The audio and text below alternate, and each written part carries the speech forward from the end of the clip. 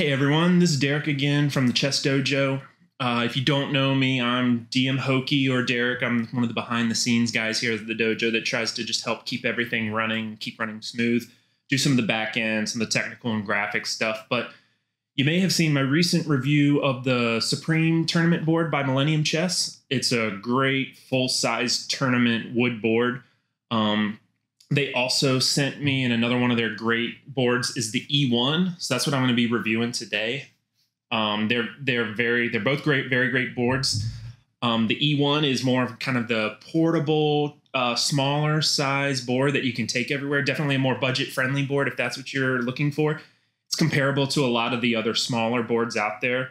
I've played with it a lot, and it's a great board. It functions very quick. There's no lag. It responds very quickly on whether you're using your phone or your tablet. It's very quick to get up and running. Within a matter of minutes, you can get the board out of the box, get it set up, paired with your phone, and you're off and running and playing games. I do wanted to clarify one thing on the Supreme Tournament board on this. On my last video, there was an issue that I showed where there was a little bit of a lag. The only thing I wanted to clarify is that has nothing to do with the board. What I was showing was a third-party app that has some kind of an issue. Again, that's not an issue with the board. And if you use Millennium's ChessLink app, I've experienced zero lag whatsoever. So that was kind of misleading what I said, so I apologize for the confusion there. But these boards are great. If you use the ChessLink app, and most of them that I've seen, no lag whatsoever. As soon as you make a move, it pops up, and this is exactly like that. This functions very similar, as you'll see in this video, to the Supreme Tournament board. You can do a lot of the same functions, which is great. So if you're looking for more of a smaller board, one that you can take everywhere, it's easy to take along with you, take to the park, take to school, wherever you want to go, play with some friends. This is exactly it.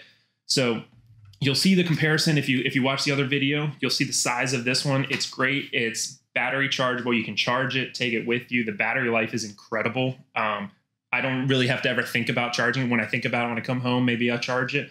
But it's got a very long battery life. I'll go through all that in more detail on how to function with the board and how to set it up. So that's what I'll be showing today. Again, Millennium is paired with Chess House, and they've offered some great deals. So make sure to check some of those deals. I'll leave some affiliate links down in the description that you can check out. They do offer free shipping in the US and discounted shipping worldwide. So check out those links. I'll include those in the description, and hopefully you can check out this board, like it, and pick one up. Perfect time for a Christmas gift, the way this video was being released. Okay, first I wanted to show you off just how to connect the board to the app.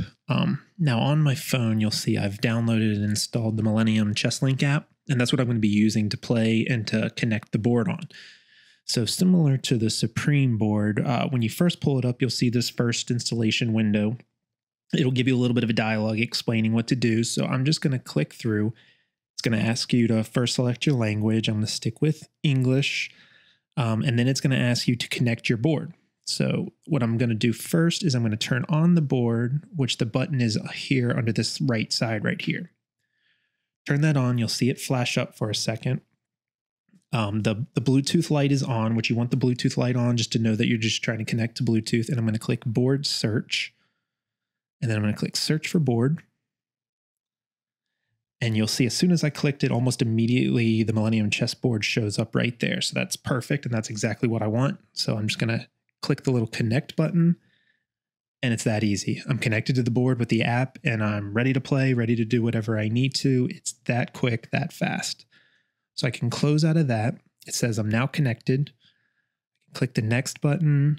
Here you can select the color scheme of your app, which if you watch the other video are familiar with. I'm just going to leave it on the blue background for now. Click next. I'm going to say, yes, I want sounds. It'll read out sounds. It'll click. So I have this like audible notification when moves are made. I'm going to leave that on. And then the response delay, again, if you've watched the other video, you might be familiar with it.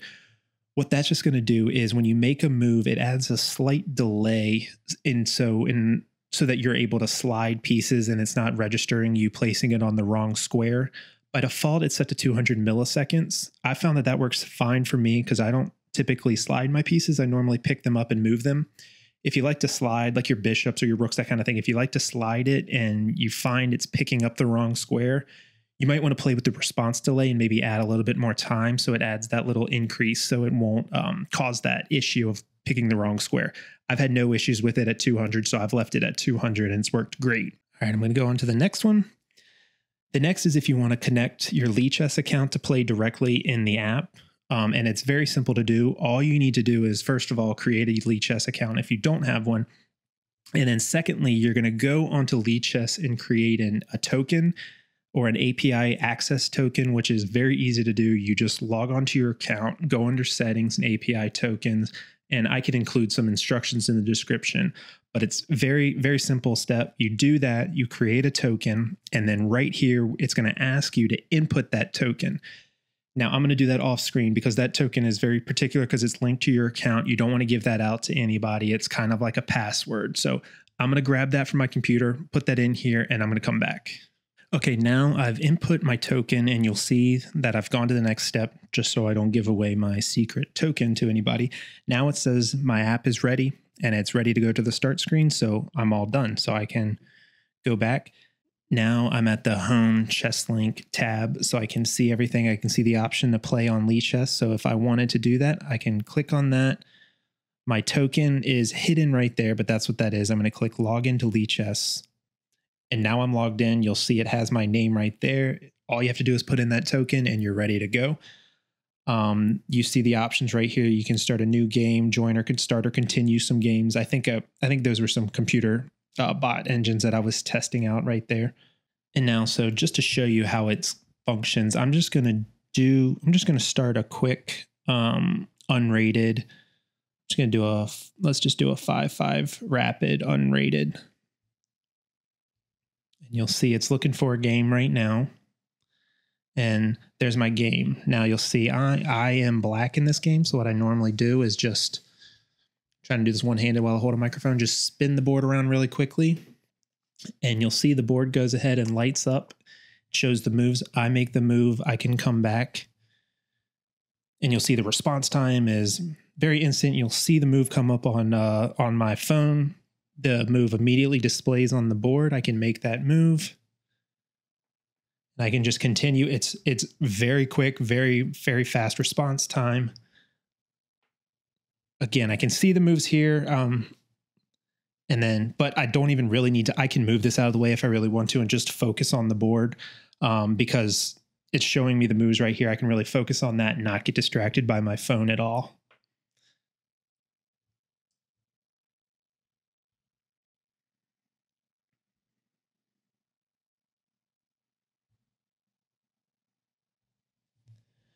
You'll see the response time is just great. So my phone's out of the way. I'm focusing on the board. They're making their moves. I'm making my moves. Now whatever I'm doing, I'm kind of talking, so I don't really know what I'm not focusing very well. So I don't know about these moves that I'm making, but mostly the idea is just to show you how the game functions and how kind of seamless it is and how you can just quickly pull up a game on your phone, click play, carry on. I'm just going to go ahead and show you how some captures work, get this game moving. And again, I take the knight. You'll see when they obviously will take back, it'll light up the piece that needs to move, and it'll show you which piece needs to capture. And I'm just going to, just for fun, I'm just going to keep capturing. So basically, this is exactly how the board functions. It's just really great, seamless. Lights up, quick games, practice OTB. This board is very clean. As you can see, it's not even plugged in. It's battery operated, so I can take this anywhere, play it wherever I want.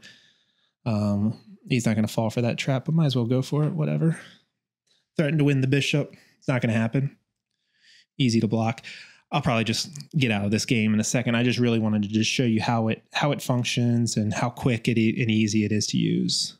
One of the other great features about this board that I really like, similar to the Supreme Tournament board, is the ability to connect it to your computer to ChessBase or Arena or some of those other chess database viewers. If you really want to analyze, record some games, and kind of do some analysis using the board, but using ChessBase to record all the moves and do the analysis, you can do that very easily. So I just wanted to quickly kind of show you how to go about doing that.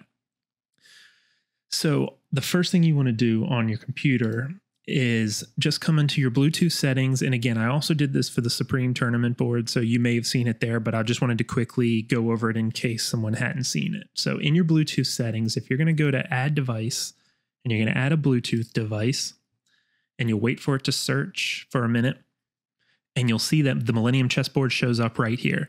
Like the other board, it shows up as an audio device. That's okay. It works just fine. I'm not 100% sure why it does that, but nevertheless, it works great just like that. So once you see Millennium Chess, you just want to click it. It's going to say connecting. Now I'm connected. And that's all you have to do to connect it to Bluetooth to your computer. And now once you have it connected to your computer through Bluetooth and you're in ChessSpace, one thing you'll need to download is this Millennium Chess driver that was created by somebody online. I'll include a link to it and some credits to this person that made this, because it's a great little driver, a little piece of software that enables you to connect your board to the computer very seamlessly to be able to play on ChessSpace. So what you're going to do is once you have it connected, you're going to open up this driver once you've got it installed. And you'll see, since I'm already connected to my computer, the Millennium Chess link, it will all show up here. And I'm just going to click load, and that's all I need to do. So I can minimize that window now. And then back in ChessSpace, you'll see if I come up to the board tab now, where this DGT board at the top is typically grayed out if you don't have one connected. Now that I've run that driver, it recognizes it as a DGT board, and I can select that button. And now your board is connected and you can start to train, make some moves, do whatever you need to do. So you'll see I'm making moves on the board over here, and those moves are automatically translated into ChessSpace. So I can continue, say, play through a game, make all the moves I want to do.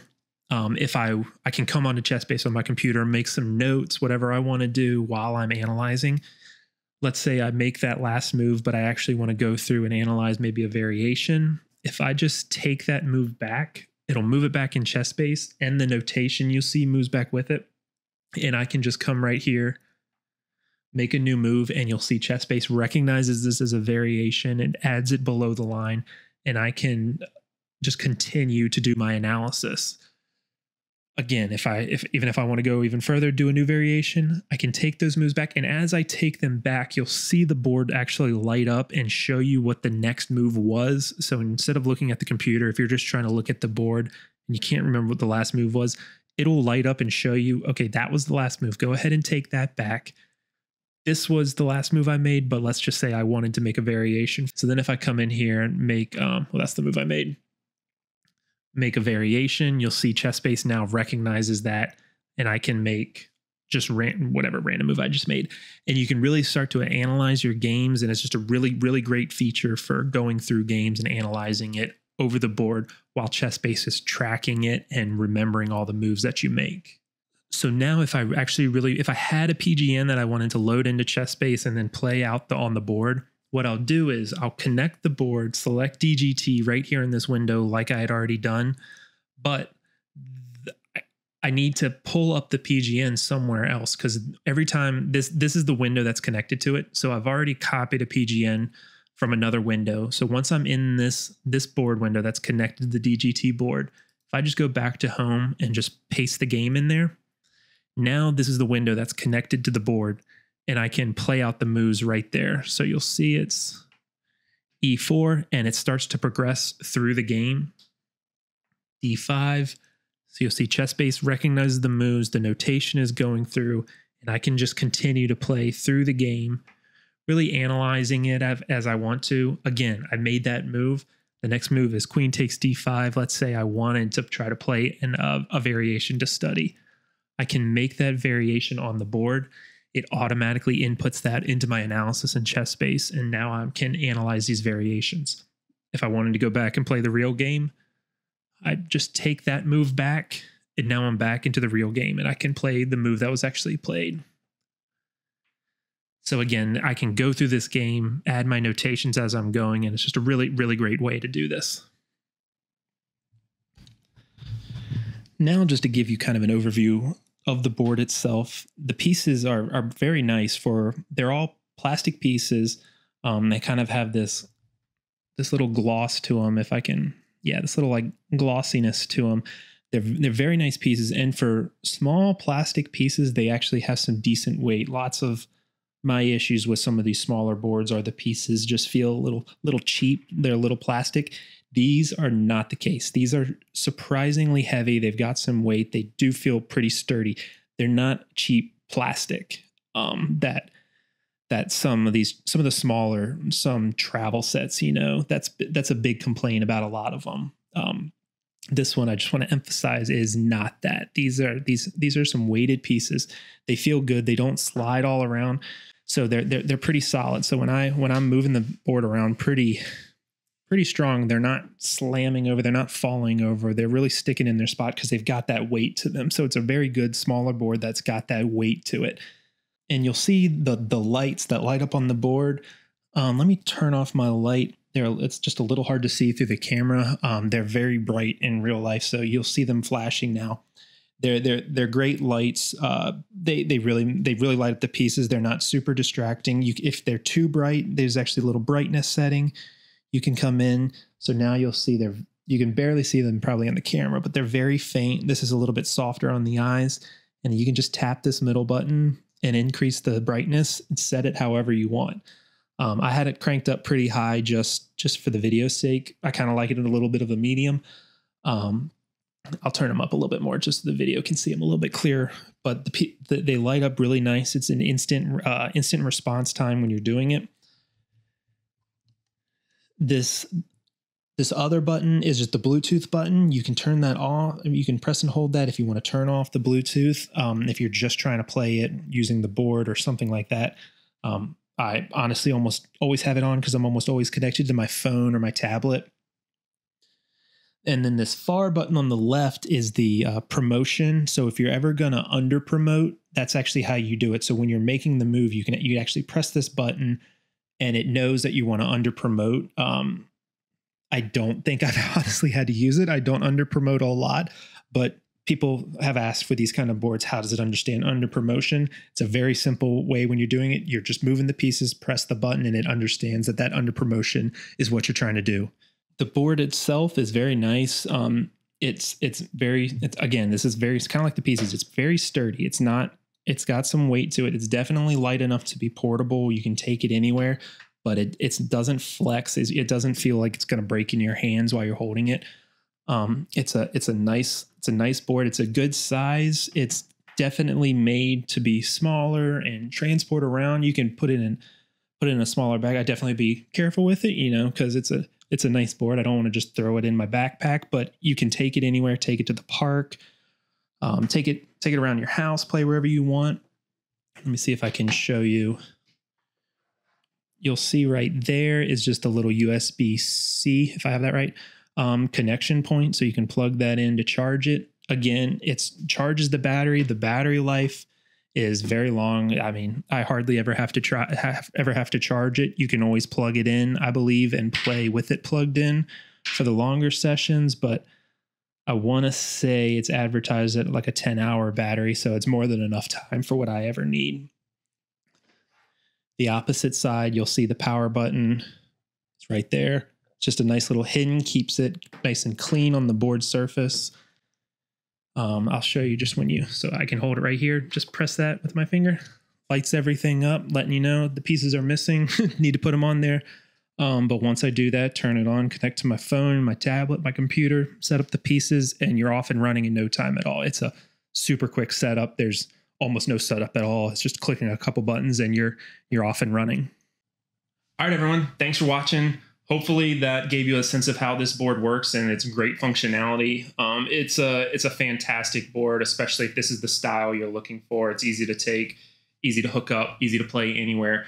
It's really great. Again, Millennium Chess is paired with Chess House. So look down in the description. I'll include some of those affiliate links. They got some great deals running for all Dojo members right now.